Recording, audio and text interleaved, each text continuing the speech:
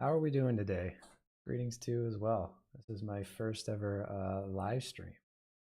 Bilateral blur. So that's something that I've been looking at kind of as just like a bit of a side project as well for work, but we're going to be looking at what that is today. Um, you'll find if you use things like Photoshop or any kind of 2D image editing software, chances are it'll probably have this functionality. But essentially, what it is a way to blur images while preserving edges. So that's really useful for a lot of different applications, as we'll kind of take a look today. I've got a couple of examples I wanted to run through and just kind of showcase in a live stream what I've been working on.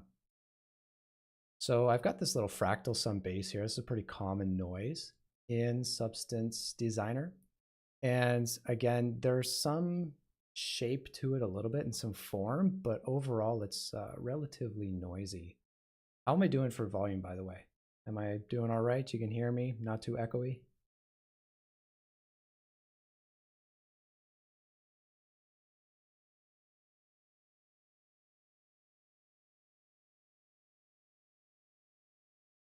Awesome, sweet.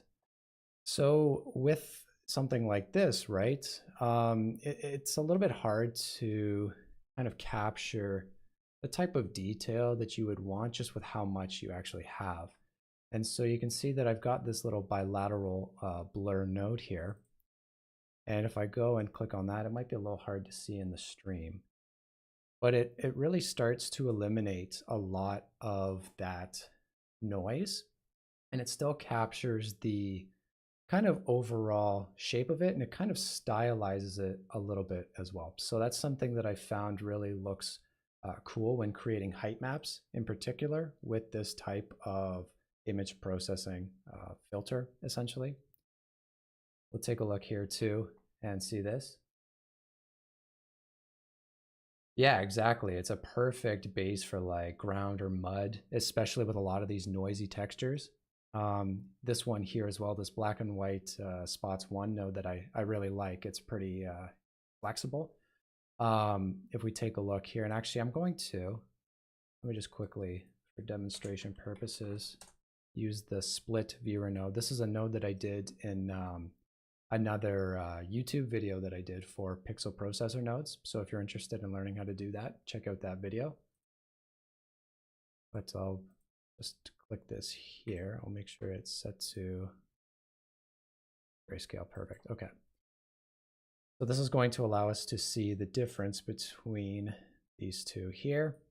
So on the left-hand side, right, the original that we plugged in, and then the right-hand side is a bilaterally blurred image. And with this node, we're going to have a bunch of options too to play with. So we can play around with just the amount of noise that's being kind of obfuscated or hidden. We can play around with the thresholds. So if we want to have a little bit less being blurred, some of that original detail still being preserved, or start to blur more. We'll also have the ability to play around with the edge blur, which we'll look at in a minute here. I'll kind of explain what's going on there by kind of keeping sharper edges or a little bit, softer transitions. Again, it's kind of gets to a point where you just start to blur the whole thing. But it's going to really allow you to create some new and interesting, I think, height maps and just textures in general. And what this was kind of born out of was kind of trying to find a way to stylize things and really simplify detail from high density images. Explain the node to give the result. Yeah, absolutely. No, that's what we're going to take a look at in this video too. So the idea with bilateral blur is that it is, like I had mentioned, blurring images but preserving edge detail. So the kind of science, I guess, or the logic behind that is that it's doing kind of these two filtering processes together. First, what it's doing is it's finding pixels. I kind of zoom in here. It's finding pixels that are physically close to each other. So for each pixel, it finds a neighborhood of pixels around that pixel. And then once it's found the neighboring pixels, it's actually now comparing the value between each one of those pixels. So when the neighborhood is found for these pixels, it will basically run a process of how far away is the value of each neighboring pixel. And if the value is within the threshold that we set, so for the bilateral blur, that's going to be this threshold slider here, right? So if we take a look back at our blur here, essentially what this is saying is that for each pixel, if the value of the neighboring pixels are greater than, a value of 0.25 away from it, basically the distance between those values, it's not going to be considered in the blurring process whatsoever. However, if it's within that threshold, right? So if it's 0.25 of a value difference or less, it's going to be considered in the blurring. So kind of the idea, thought process behind that is that generally areas that have a significant spike or major difference in tonal value is an area where there is a transition or an edge, right? So that's kind of what we're trying to preserve, is areas that have very sharp difference in value. However, we don't want to just blur pixels kind of willy-nilly as well. So we have to provide it just a general neighborhood of pixels that are immediately surrounding it. That's how we're actually able to find the pixels that we can start to blur together. So it's doing these two types of operations simultaneously. And that's kind of what has been, I guess, a challenge in computer vision for quite a while, is how do we blur things while still preserving some of the sharper details, right? So that's what the bilateral blur generally tends to do. So I've got a little bit more of a complex example down here as well. So here is a just another black and white spots 1. And I'm actually going to just remove that from the equation here, so that at the end of the day, what I've got is something looking kind of like this. And I'm going to bring my 3D view out as well. Drop a normal map onto that guy and our ambient occlusion. It's blurring only based on luminous value thresholds between 2 pixels.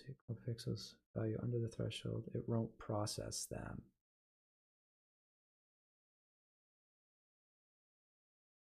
Yeah, so the idea is that it's kind of gating off the blurring process from values that are too extreme, right? We want to kind of preserve the areas that are way far outside of the threshold from being considered in the blurring, because those are generally going to be our edges. But areas that are a lot more similar in value, those are going to be kind of swallowed up by the blurring function. It just is a way to find kind of more like surface face values as opposed to surface edge values. People much smarter than I am have found that, with images, things that are kind of the same type or same surface are not as highly contrasted or different in value. Yeah, exactly. So it was kind of the flip there. It's pixels that are more similar in value, and then anything that's further away in value, it kind of just ignores, because it understands that, okay, that's probably an edge, so we're just going to not blur that. Yeah, exactly. So I'll show you right now with this kind of like cool material that I made. Again, it was very quickly just thrown together. It's a black and white spots node. I went and inverted that, and then I used that in a multi-directional warp. So we get this kind of weird, kind of bubbly surface detail. And then I go and then I just invert that. So we get something kind of like this, which is really cool. I think it's a great base for you know, if you wanted to have some type of dirt or mud or something like that. But if you wanted to go ahead and maybe start to remove some of that interior detail, but still preserving the overall larger shapes of it, you're going to run into a bit of an issue with trying to kind of capture that.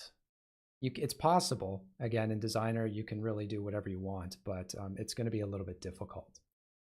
So what I'm going to do actually, again, is just add another split viewer node. I'll plug these two in just so that at first we can see what the difference is going to be. Right, so again, pretty noisy original image on the left-hand side. On the right-hand side, it's a lot simplified, a lot more simplified, just kind of preserving some of those edges there. So now when I plug this in to our bilateral blur, we can see that it's going to preserve, like I said, a lot of the overall shape, but it is getting rid of a lot of that interior detail. So this is the before, and this is the after. And we can take a look at kind of what's going on here as well. So I'm going to try and split the difference here, the view like that. And we can play around with some of the functionality in the node itself. So what I've got going on here, yeah, right. It's really cool because I think we've all, to a certain degree, kind of run into something that is kind of under this pain point where it's like, I want to keep most of the detail, but I just want to get rid of certain points. Currently, it's not available anywhere to download. I'm still testing it. I'm hoping within the next month I can have something out and just have it online for people to take a look at. But for right now, it's still in the testing phase. I'll probably post about it on my YouTube though, once it is at a point where I'm happy for people to start downloading it.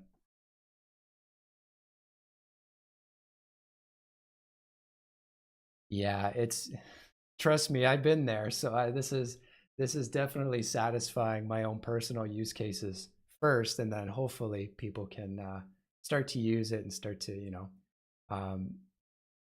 get a better understanding of how they can incorporate it in their workflow. So I appreciate hearing that, though. I'm glad that it would be probably a useful node for you.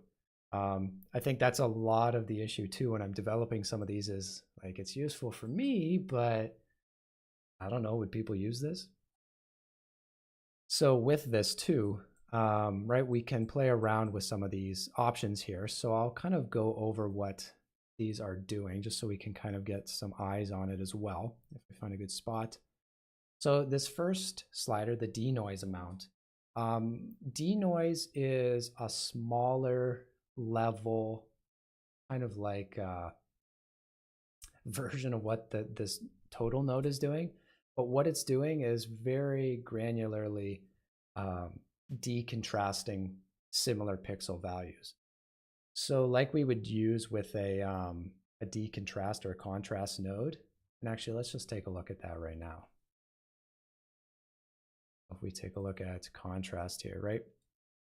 What a denoise function would be doing is kind of decontrasting pixel values so that they become much closer together in terms of their value. So if I really decontrast this right now, it's a lot less contrasted. There isn't any areas that are too much darker or too much brighter. That's kind of what this denoise is doing. And so what that results in is kind of getting values a little bit closer to each other so that they would be considered within this threshold that we were talking about earlier. And then with this pre-blur, again, it's doing very much the same thing, except on a much grander scale. So you'll see that as I slide this up, it has a much more significant effect on the final results. The denoise generally is just for if I have a lot of smaller detail. Come back up to our fractal here. can see that playing around with the denoise is going to get just some of that smaller detail, where the pre-blur is going to now just kind of swallow everything up. So I generally use denoise for smaller detail and pre-blur for just kind of blurring the entire thing. Okay, go back to this node. Like a heavy node, how good of an idea is it to have a few of these in a material? It can be a heavy node. It really depends on obviously the information you're providing it. If you're providing it, you know, a 16 BPC image versus an 8 BPC, that's going to have a performance implication to it. However, it's generally, when I use it, is kind of a last resort. Not a last resort, but like towards the end of my materials that I've been testing on. Generally, I'll try and get all of the detail into my height map first. And then if I want to, you know, kind of remove some of that, I'll use the bilateral blur towards the end. So I'm only ever really using one or two. It really works. I find this node works a lot better when it has all the detail in the image, the source image first, versus trying to, you know, implement this node at like various stages throughout your graph. So the trade-off in it being a little bit heavier is that you're not using it a whole lot. But again, mileage may vary depending on what your workflow is. So what I was talking about earlier, yeah, thank you. I'm happy to hear that, actually, because again, no one's seen this node. I've just been working on it in silence. So with the edge blur as well, what I was mentioning, and actually I'll show this image down here. So I've got this brick normal map here. That's just a pretty noisy normal map that kind of comes with Substance Designer. And a lot of these aren't actually details. They're just kind of artifacts of the low bits per channel. I've gone and actually dropped it down. But as we can see, if we go and use the bilateral blur, it's really going to help smooth out a lot of that detail here. And now I'm going to go and just drop that into our scene. If I can grab it, there we go.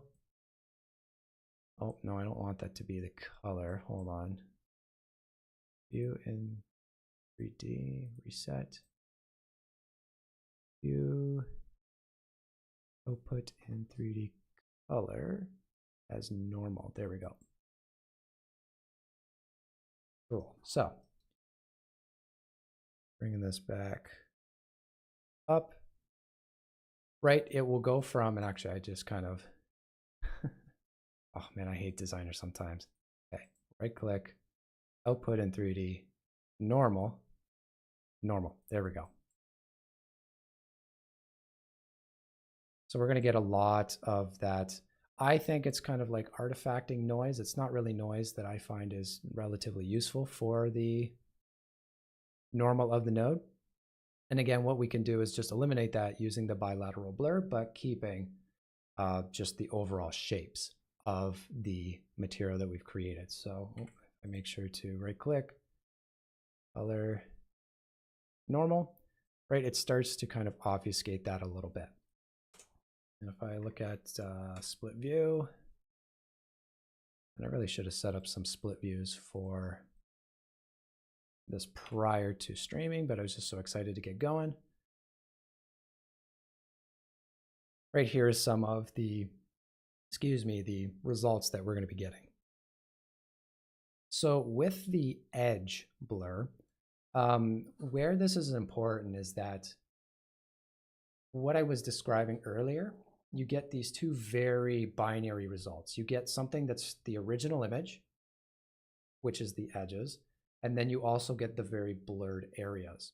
Now, depending on what the blurred areas, the intensity of that is, if I go and increase this bilateral blur, right? you're going to start to get some very, very harsh interactions with the edges and the blur detail. If we take a look, zoom in here, right? You can see that we're starting to get some of that banding, and that's just really an unfortunate result of not having a transition between blurred and non-blurred areas. If I do something like 10, right, that kind of, actually maybe we'll bring that down to 5. This really starts to amplify that issue here. So where the edge blur comes into play is it just creates a little bit more transitionary blurring so that you're not just getting this very straight, harsh cutoff. So I generally keep it something pretty low, something like 0.1. Oh, not 0.1, sorry, 0.01. And actually, let's try 0.02. Doesn't seem to be working as well as I would want it. If I crank it up a little bit. Again, this is still some of the reasons why I haven't released this quite yet, is I'm still trying to fine tune it so that it's kind of a universally usable node. You know, an edge blur of 0.01 is not really useful most of the time because you're going to have to be playing with individual small float values on the slider, which just doesn't, it's not a good user experience. So if I zoom in here, right, we can see this edge blur is starting to kind of remove that transition between blurred areas and non-blurred. And maybe this example actually wasn't the best, but that's kind of what is going on with this edge blur. I come back to this and we take a look. Oh, actually, no, I want this node here. All right, here we go. I'll turn that pre-blur down.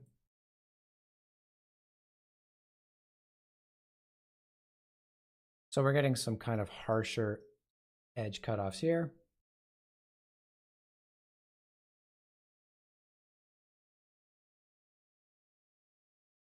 There we go. And then as I bring this up, it starts to smooth everything out just a little bit. So yeah, around 0.2. I guess that example I was showing was just not the best one. But that's something actually I'm going to want to take a look at tweaking. Sweet. So the final example I just wanted to show in this quick little demonstration was it's not only just for height maps, it's also for color maps, really any type of image you want to input. Generally, people are not going to be using Substance Designer for you know, authoring their images, but you could if you wanted to. I'm kind of towards the side of starting to do that a little bit more just because I'm using Designer all the time and I really like the non-destructive nature of it. But what we've got here is just a nice image that, truth be told, I don't actually know where I got this from, so shame on me. I should have sourced that a little bit better. But I wanted to demonstrate that it's got a lot of noisy detail on it. So one thing we can do with this node as well is we can actually input a custom user mask. So the way that this node works is it works on your entire image, every pixel in it. And then it finds the areas that it wants to mask off and then blur. But if you want to only have this operation work on a specific part of your input image, all you have to do is just provide it with a custom user mask, basically just denoting the areas that you're okay with this operation being run, and then it will just do the rest. So with that and as well, let's just get a split viewer so we can see what's going on.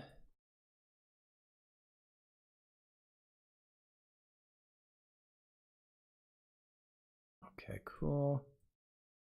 Bring this over here. And again, so this is just what the bilateral blur is generally doing, is it's taking only those regions that we had masked out. You'll notice that even as I move this over to, let's see, an area that's not really. Okay, so this side of the mountain.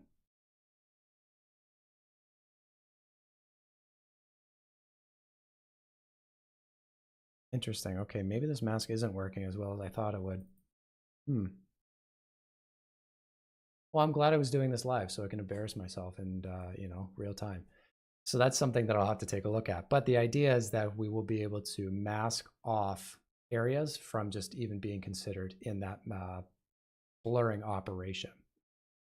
But again, here we are, just a before and an after with all of this noise. And again, it'll give us something relatively nice looking. I think it really cleans up the detail from a distance as well, which is really cool.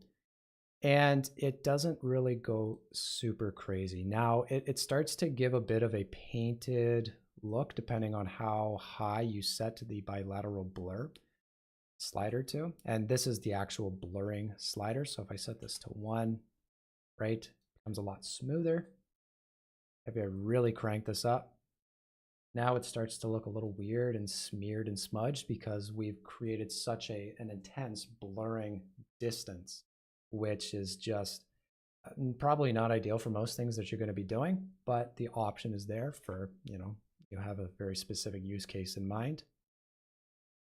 And we can play around with that threshold. So again, a lower threshold means less pixels being considered because the threshold is a lot tighter to the pixel color or the pixel value. So it's a very, very smaller range that's going to be allowed within the blurring process. That's a very tight group. Whereas if I increase the threshold, right, it's going to capture in a lot more of those pixels. And then you can play around with the blurring amount on that as well. And if we wanted to capture some of that smaller detail, we can bring up the denoising. Oh, you know what? I've just noticed I'm not actually using mask. Let's try that. Ah, there we go. So it was working. I'm just silly and didn't have the button enabled. Not a fan of when Designer does this. I don't know if Designer does this in a newer version, but when you have something plugged into a socket, but then you turn off that option, right? Like if you have a multi-material blend or something and you uncheck a channel, if you add something going into the metallic channel on the input, but then you turn it off, it still shows that node going into that. And it really confuses me because you expect it to be working, but you're not really sure why. And it's because you don't have the thing, the friggin' button checked on. Good to know. Okay, so I'm not crazy. It does work. If we bring this back over. Yeah, perfect. Okay. So we can see that this is not being considered in the blurring operation here, but immediately beside it is. So if I crank up this threshold, regardless of how high I increase the threshold, right, these pixels are not going to be considered because they're not within the map. There we go. Sweet. So I just wanted to kind of do a little bit of a quick live stream just to see who tuned in and answer any questions. I kind of wanted to showcase this, I think, for the first time ever. It's been something I've been working on and off for about, I'm going to say honestly, for about a year. Just trying to understand, the look and the feel and really kind of what it was that I was designing. Victor, hello. I was actually just kind of closing off the stream. I hope you didn't just join. I'll feel bad.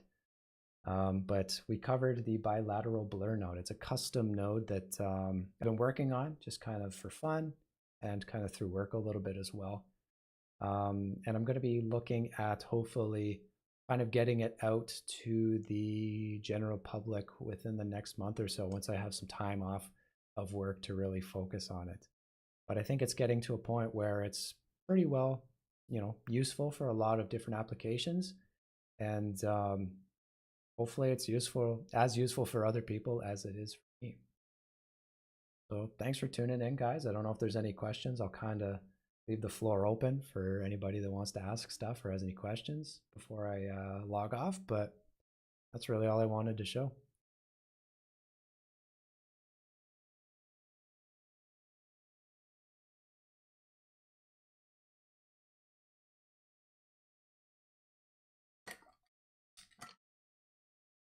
crazy how much talking straight nonstop for 30 minutes does to your voice. Holy.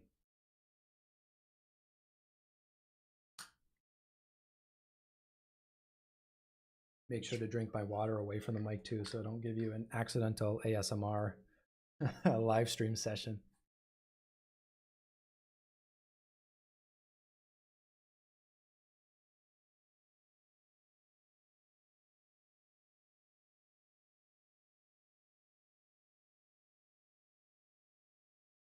All right, so I think that's going to conclude the live stream. Thanks for tuning in, everybody, and I'll catch you all next time. See you later.